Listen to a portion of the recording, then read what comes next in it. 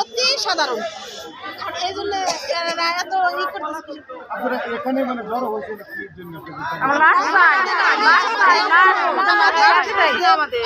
সকালে মারা গেছে মৃত্যু অতি স্বাভাবিকভাবে মারা গেছে মারা গেছে